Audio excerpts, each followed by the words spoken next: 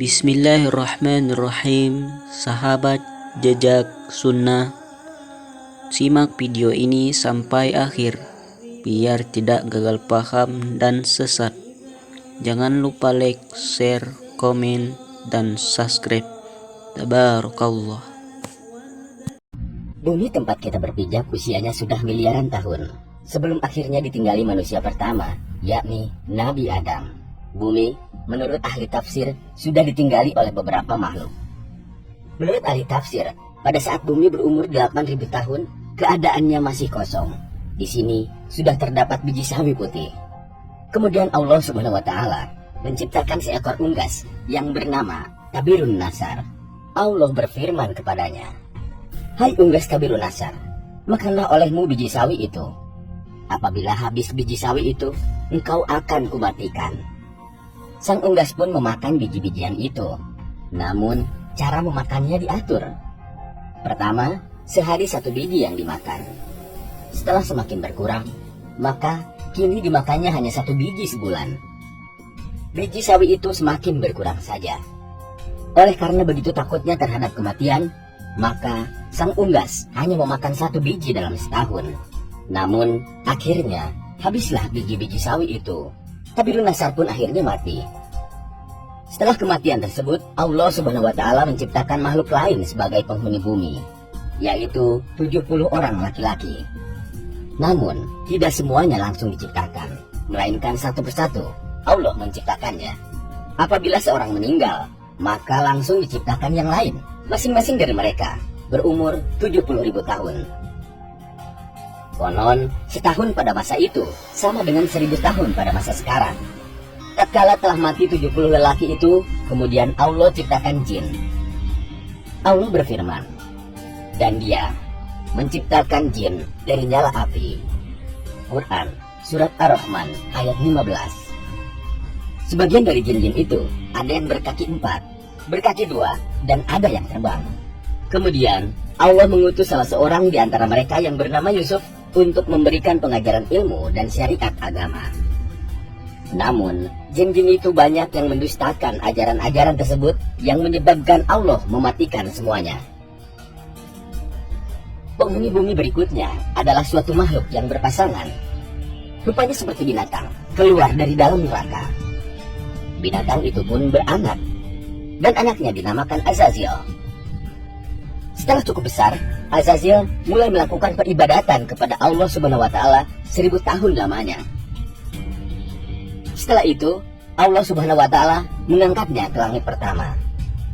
Selama 1000 tahun, di sini pun ia tekun beribadah. Allah menganugerahkannya sayap yang terbuat dari manikan yang hijau. Dengan izinnya, maka terbanglah ia ke langit kedua.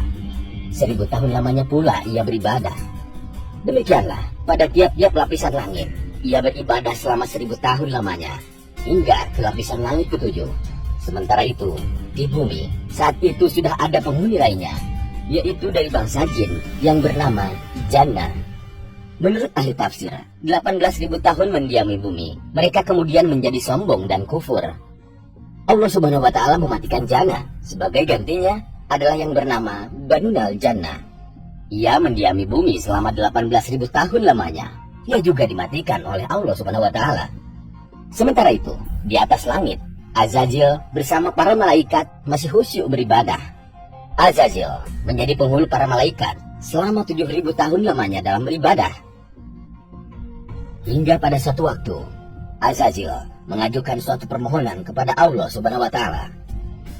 "Ya Tuhanku, 7.000 tahun hambamu ini berbuat kebaikan padamu dalam 7 lapis langit ini.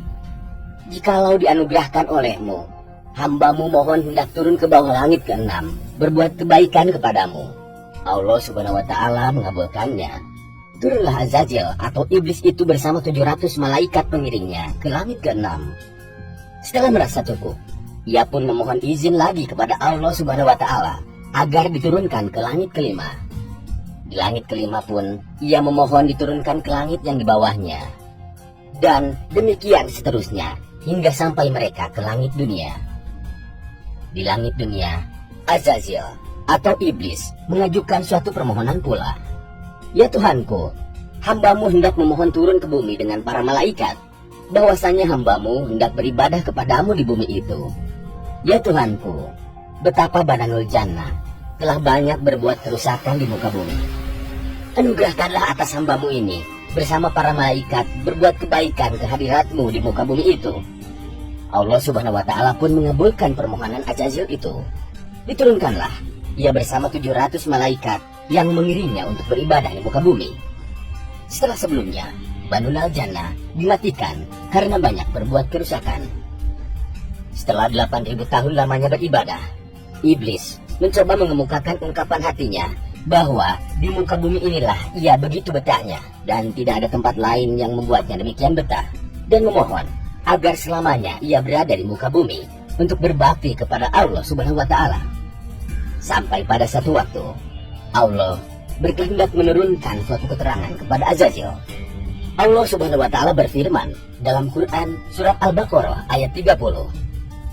Ingatlah ketika Tuhanmu berfirman kepada para malaikat, sesungguhnya aku hendak menjadikan khalifah di muka bumi. Mendengar firman tersebut, iblis menjadi berduka disebabkan dengkinya.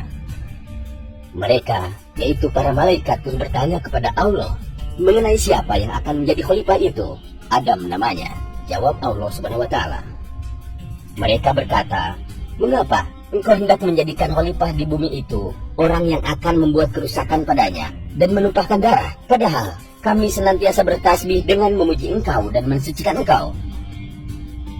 Allah Subhanahu wa Ta'ala menjawab, sesungguhnya aku mengetahui apa yang engkau tidak ketahui.